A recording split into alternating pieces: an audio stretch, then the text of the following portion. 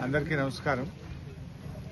ముఖ్యంగా ఇప్పుడు ఈరోజు మనము చిన్నకోడూరులో మక్కల కొనుగోలు కేంద్రాన్ని రైతుల కోరిక మేరకు సందర్శించడం జరిగింది. దాదాపు చిన్నకోడూరులో 450 మంది రైతులు ఇప్పటిదాకా గత 50 రోజుల నుంచి మక్కలు అమ్మాము. 50 రోజులైనా మక్కల పైసలు పట్టలేవు. 4.5 కోట్ల రూపాయల డబ్బులు రావాల్సి ఉందని చెప్పి రైతులు నాకు ఫోన్లు చేయడం జరిగింది. నిజంగా పరిస్థితిని సమీక్షిద్దామని చెప్పి ఈ చిన్నకోడూరులోని మక్కల కొనుగోలు కేంద్రం దగ్గర ఆగడం జరిగింది. ఇవాళ రేవంత్ రెడ్డి మాట్లాడితే రైతు ప్రభుత్వం అని మాట్లాడుతున్నాడు. ఇవాళ రాష్ట్ర వ్యాప్తంగా 49,000 మంది రైతుల దగ్గర మార్కెట్ ద్వారా మక్కలు కొన్నారు. దాదాపు 450 కోట్ల రూపాయలు ఈ రాష్ట్ర ప్రభుత్వం మక్కల రైతులకు చెల్లింపులు బకాయి పడ్డది.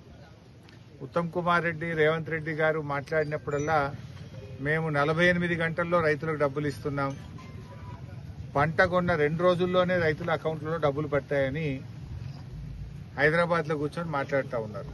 నేను మాట్లాడుతున్నది మక్కల కొనుగోలు కేంద్రం దగ్గర రైతుల మధ్య నిలబడి మాట్లాడుతున్నాను. 50 రోజులైంది మక్కలమ్మి. 50 రోజులైనా మక్కలమ్మిన డబ్బులకు ఈరోజు కూడా డబ్బులు రావడం లేదు.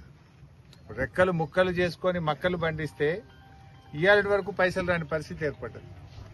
నేను అడుగుతా ఉన్నా రేవంత్ రెడ్డి గారిని, ఇప్పుడు యాసంగి పంటకు మళ్ళీ విత్తనాలు కొనుక్కోవాలి, దుక్కి దున్నాలి, ఎరువు కావాలి, డబ్బులు కావాలి కదా పాపం రైతులకు. నువ్వు 50 రోజులైనా డబ్బులు ఇవ్వకపోవడం వల్ల ఏం చేస్తున్నారు రైతులు? గవర్నమెంట్ ఇస్తుందో ఇయ్యదో లేట్ అవుతుందని చెప్పి చాలా మంది రైతులు ఇవాళ మద్దతు ధర కంటే తక్కువ 300-400 రూపాయలు తక్కువకు 2,000కు ఓపెన్ మార్కెట్లో అమ్ముతా ఉన్నారు. గవర్నమెంట్ సెంటర్లో అమ్మితే 50 రోజులైంది ఇప్పటిదాకా డబ్బులు రావడం లేదు, యాసంగి పంటకు పెట్టుబడికి డబ్బులు లేవు అని చెప్పి రైతులు ఇలా ఆందోళన చెందుతా ఉన్నారు. నువ్వేదో పెద్ద పెద్ద ఫెస్టివల్ పెట్టినా అని నువ్వు పెద్ద పెద్ద మాటలు మాట్లాడుతున్నావు. కానీ కనీసంకి మక్క రైతులకు ఎందుకు డబ్బులు ఇవ్వడం లేదు? సోయాబీన్ రైతులకు ఎందుకు డబ్బులు పడడం లేదు? నేను రేవంత్ రెడ్డి గారిని అడుగుతా ఉన్నా. దయచేసి వెంటనే మొక్కజొన్న రైతులకు రాష్ట్ర వ్యాప్తంగా బకాయి పడ్డ 450 కోట్ల రూపాయలు చెల్లించాలని బీఆర్ఎస్ పార్టీ పక్షాన్ని డిమాండ్ చేస్తా ఉన్నా. రేవంత్ రెడ్డి గారు నిన్న మొన్న మాట్లాడుతూ నేను బతుకమ్మ చీరలు ఇచ్చిన, ఇందిరమ్మ చీరలు ఇచ్చిన, చీర కట్టుకుని నాకు ఓటేయింది అని మాట్లాడుతుండు.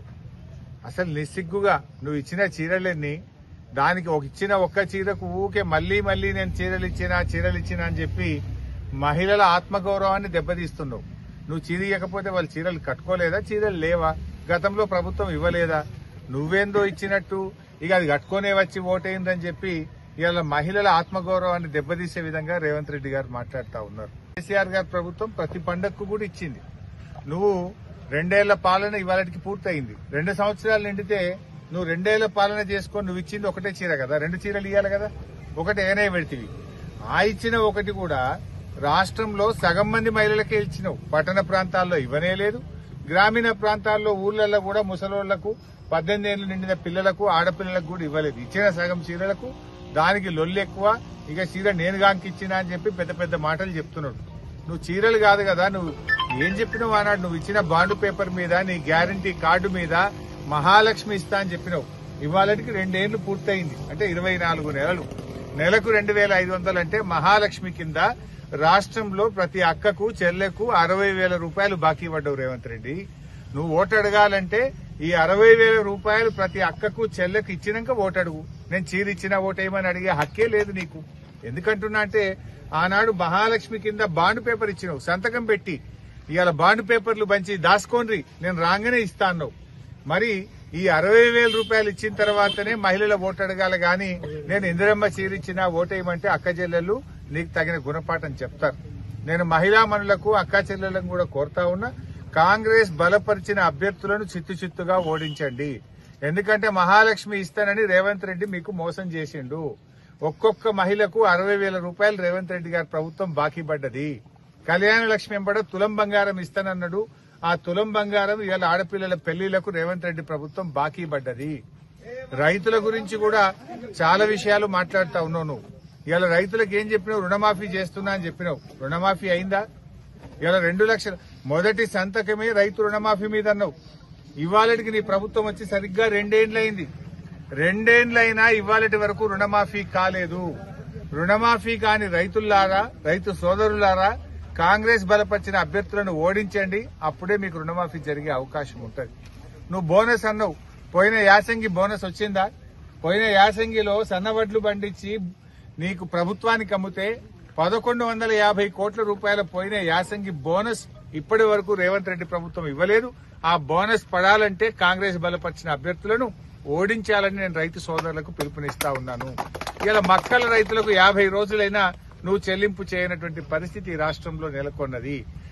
ఏం చేసినావు? పంటల బోనస్ ఎగ్గొట్టివి, రైతు రుణమాఫీ ఎగ్గొట్టివి, రైతు బంధు పోయిన యాసంగి ఎగ్గొట్టివి, అంతకుముందు వారకాలం ఎగ్గొట్టివి. 15,000 ఇస్తానంటివి, కేసీఆర్ గారు ఇచ్చిన డబ్బులే ఇవ్వబట్టివి.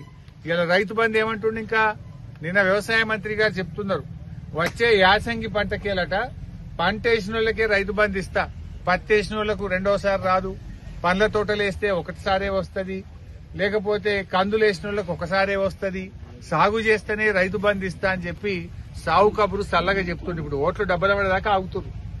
ఓట్లు డబ్బులు పడంగానే ఇక యాసంగికి రైతు బంధుకు రామ్ చెప్పే పరిస్థితుల్లో కాంగ్రెస్ ప్రభుత్వం ఉన్నది.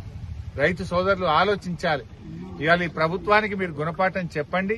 కాంగ్రెస్ బలపరిచిన అభ్యర్థులను ఓడిస్తేనే వాళ్ళకు కనునిప్పు కలుగుతుంది. ఇలా సగం మంది రైతులకు రుణమాఫీ కాలేదు, 2 పంటలకు రైతు బంధు రాలేదు, యాసంగి వడ్లకు బోనస్ రాలేదు, మక్కలు పండించిన రైతులకు ఈ రోజు వరకు కూడా ₹1 చెల్లింపులు జరగలేదు. ఈ ప్రభుత్వం ఎంతసేపు కేసీఆర్ గారిని తిట్టడమో, బీఆర్ఎస్ పార్టీ నాయకులను తిట్టుకుంటూ పొద్దుగడుపుతున్నారు తప్ప ప్రజలకిచ్చిన హామీలు అమలు చేయడం లేదు. ప్రజలకిచ్చిన మాట ఈరోజు నిలుపుకునే పరిస్థితి లేదు. ఇలా కాళేశ్వరం ప్రాజెక్టు రేవంత్ రెడ్డి కూలింది అంటాడు. నాకు ఆయన భాషలో చెప్పాలి, నాకు ఇష్టం ఉండదు అట్లా మాట్లాడు, ఆ భాష నాకు ఇష్టం ఉండదు. కానీ నిన్న అన్నాడు కేసీఆర్ హరీష్ రావును బండగట్టి అనలేందో నాగార్జున సాగర్ లేస్తా అని మాట్లాడిండు. రేవంత్ రెడ్డి ఏమంటుండు? కాళేశ్వరం కూలింది అంటుండు. ఒకసారి సిద్దిపేటకు రా, నీకో బండగట్టి నిన్ను రంగనాయక సాగర్లో ఎత్తేస్తా, నువ్వు మునుగుతావా తేలుతావా చూస్తాం. మరి కాళేశ్వరం కూలిందా తేలిందా గప్పుడు తెలుస్తుంది. అలా నిండా నీళ్లుంటే కాళేశ్వరం మంచిగుంటే నువ్వు మునిగిపోతావు, నీళ్లు లేకపోతే కాళేశ్వరం కూలిపోతే నువ్వు తేలాలి. మరి నువ్వు కూలిందా కాళేశ్వరం కూలలేదా అంటే నిన్నో బండగట్టి రంగనాయక సాగర్లు ఎత్తేస్తే కాళేశ్వరం నిజంగా కూలిందా, కాళేశ్వరం కింద బంగారం లాంటి పంటలు బండి రైతులు బతుకుతున్నారా అర్థమవుతుంది. మొన్న ఆదిలాబాద్ పోయి కాళేశ్వరం కూలింది అంటాడు.